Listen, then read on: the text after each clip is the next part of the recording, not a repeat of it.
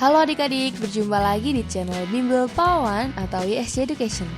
Di video kali ini, saya akan membahas dan memberikan tips tentang materi fungi. Agar lebih seru, yuk simak videonya.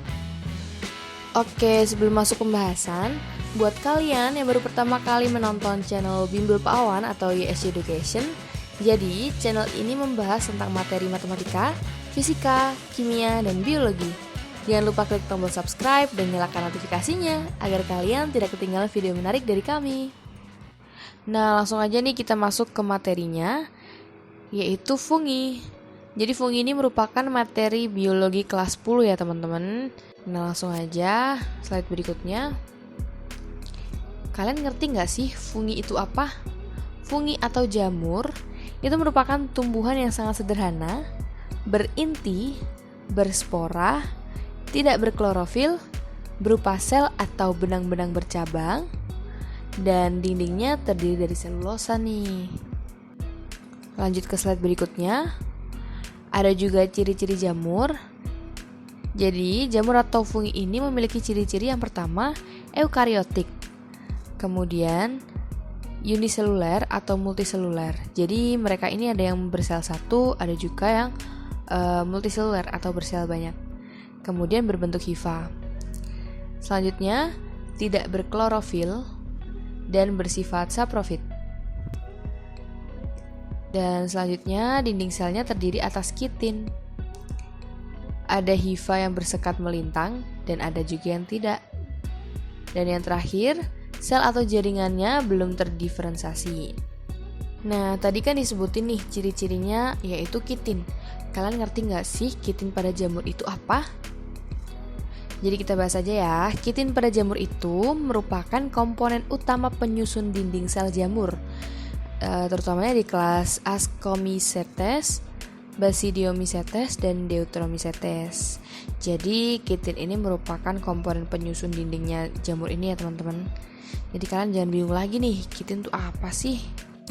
Nah, ada lagi sebagai tambahan aja, selain kitin terdapat juga glukan. Glukan atau kitin ini hampir mirip sih. Jadi glukan merupakan senyawa utama penyusun dinding sel juga. Jadi glukan atau kitin, tergantung kita nyebutnya apa. Langsung aja kita lanjut ke slide berikutnya. Terdapat struktur tubuh jamur. Jadi struktur tubuh jamur ini tersusun atas komponen dasar yang disebut hifa. Hifa membentuk jaringan yang disebut miselium.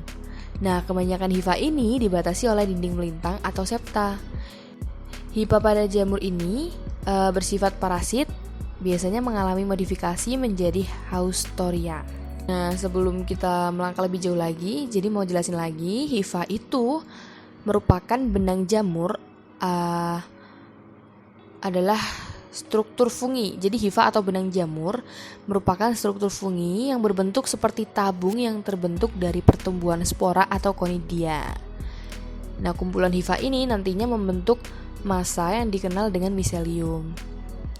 Jadi kayak gitu ya teman-teman. Nah, selanjutnya terdapat macam-macam hifa nih. Ada 3. Yang A, aseptat, yaitu hifa yang tidak mempunyai sekat atau septum dan biasanya disebut senosit. Dan kemudian B, septa uninukleus, yaitu hifa dengan sel berinti tunggal. Sekatnya membagi hifa menjadi ruang-ruang dan setiap ruangnya berisi satu sel. Dan yang terakhir yang C, terdapat septat multinukleus, yaitu hifa dengan sel banyak.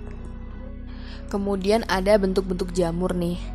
Jamur itu yang pertama uniseluler atau kamir. Contohnya Saccharomyces cerevisiae.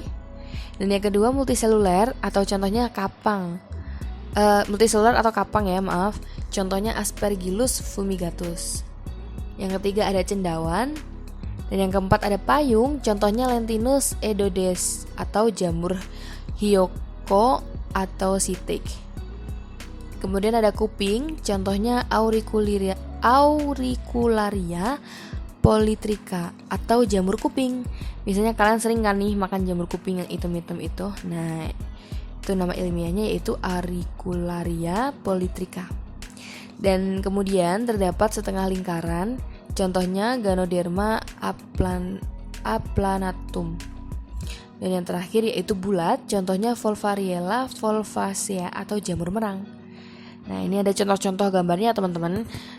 Buat lebih jelasnya lagi, gambar per jenisnya ini kalian bisa cari sendiri ya. Kemudian ada klasifikasi jamur. Jadi berdasarkan cara reproduksi seksualnya, fungi atau jamur ini dibagi menjadi 4 divisi, yaitu yang pertama Zygomycotina atau membentuk spora istirahat berdinding tebal yang disebut dengan zygospora. Nah, zygomycota ini membentuk di darat, di tanah, atau pada sisa organisme mati. Zygomycota ini merupakan kelompok utama yang dapat dikatakan penting karena membentuk mikorisa atau simbiosis jamur dengan akar tanaman. Kemudian yang kedua ada Ascomycotina. Ascomycotina ini berkembang biak dengan membentuk spora di dalam selnya yang disebut dengan ascus. Ascus ini berbentuk seperti kantong kecil sebagai alat reproduksi aseksual berupa hifa. Dan yang ketiga ada Basidiomycotina, di mana berukuran makroskopis, bereproduksi aseksual dengan membentuk spora di atas sel yang disebut basidium. Reproduksi seksual disebut dengan membentuk spora conidia. Yang keempat ada Deuteromycotina, yang beranggotakan jamur-jamur yang belum diketahui cara reproduksi seksualnya. Oleh sebab itu, Deuteromycotina ini disebut juga fungi imperfecti atau jamur tidak sempurna. Karena belum ditemukan nih gimana cara seksualnya mereka tuh bereproduksi seperti apa. Saya Adinda Lailatul Kusna, channel Bimbel Pak Awan atau YSC Education. Terima kasih buat kalian semua yang udah nonton. Jangan lupa klik tombol like, komen, dan subscribe. Semoga bermanfaat dan sampai ketemu di video selanjutnya.